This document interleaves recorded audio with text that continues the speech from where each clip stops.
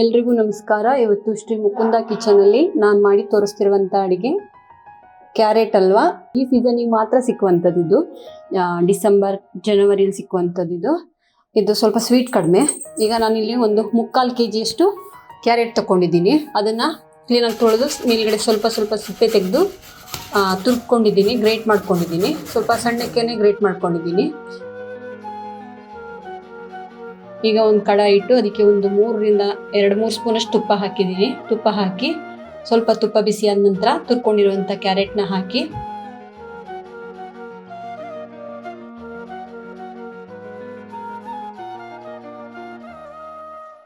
ಒಂದು 10 ನಿಮಿಷ ಫ್ರೈ ಮಾಡಬೇಕು. ನೋಡಿ, ಒಂದು 10 ನಿಮಿಷ ಫ್ರೈ ಮಾಡಬೇಕು. ಬೇಕಿದ್ರೆ ಕ್ಯಾರೆಟ್ನ ಕುಕ್ಕರಲ್ಲಿ ಸಹ ಬೇಯಿಸ್ಕೋಬೋದು, ಆದರೆ ನಾನು ಕಡಾಯಲ್ಲಿಟ್ಟು ಬೇಯಿಸ್ತಾ ಇದ್ದೀನಿ.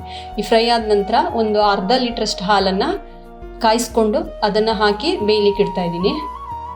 ಇದೊಂದು 10-15 ನಿಮಿಷ ಬೇಯಬೇಕು. ನೋಡಿ, ಈಗ ಬೇಯ್ತಾ ಇದೆ. ನೋಡಿ, ಇಷ್ಟು ನೀರು ಹಾಲೆಲ್ಲ ಬತ್ತುವಷ್ಟು ಬೇಯಬೇಕು. ಹಾಲೆಲ್ಲ ಸುಂಡಿ ಈಗ ಕ್ಯಾರೆಟ್ ಬೆಂದಿದೆ. ಈಗ ನಾನಿಲ್ಲಿ ಒಂದು ಬಟ್ಲಷ್ಟು ಜಾಗರಿ ಪೌಡರ್ ಹಾಕ್ತಾ ಇದ್ದೀನಿ. ನೀವು ಬೇಕಿದ್ರೆ ಅದೇ ಪ್ರಮಾಣದಲ್ಲಿ ಸ್ವೀಟ್ ನೋಡಿಕೊಂಡು ಸಕ್ಕರೆ ಸಹ ಬೇಕಿದ್ರೂ ಹಾಕೊಬೋದು. ಈಗ ಬೆಲ್ಲ ಹಾಕಿದ ನಂತರ ಮತ್ತೆ ಸ್ವಲ್ಪ ಹೊತ್ತು ಬೇಯಲಿಕ್ಕೆ ಬಿಡಬೇಕು.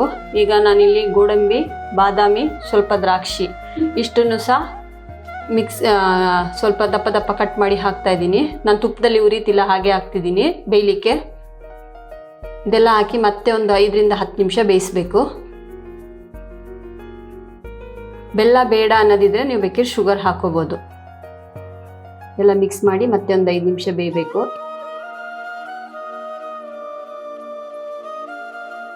ಈಗ ಕೊನೆಯಲ್ಲಿ ಒಂದು 4-5 ಸ್ಪೂನಷ್ಟು ತುಪ್ಪ ಹಾಕ್ತಾ ಇದ್ದೀನಿ. ತುಪ್ಪ ನಿಮಗೆ ಹೇಗೆ ಬೇಕೋ ಆಗ ಹಾಕ್ಕೊಳ್ಳಿ. ಈಗ ಇನ್ನೊಂದು 2 ನಿಮಿಷ ಬೇಯಿಸಿದರೆ ಲಾಸ್ಟಿಗೆ ಸ್ವಲ್ಪ ಏಲಕ್ಕಿ ಪೌಡ್ರನ್ನು ಹಾಕ್ತಾ ಇದ್ದೀನಿ. ಎಲ್ಲ ಹಾಕಿ ಚೆನ್ನಾಗಿ ಮಿಕ್ಸ್ ಮಾಡಿ ಗ್ಯಾಸ್ ಆಫ್ ಮಾಡಿದರೆ ಬಿಸಿ ಆದಂಥ ರುಚಿಕರವಾದ ಕ್ಯಾರೆಟ್ ಹಲ್ವಾ ರೆಡಿ. ನಾನು ಮಾಡಿರುವಂಥ ಅಡುಗೆ ನಿಮ್ಗೆ ಇಷ್ಟ ಆಗಿದ್ರೆ ವಿಡಿಯೋಗೊಂದು ಲೈಕ್ ಕೊಡಿ. ಶ್ರೀ ಮುಕುಂದ ಕಿಚನ್ನ ಸಬ್ಸ್ಕ್ರೈಬ್ ಮಾಡಿ.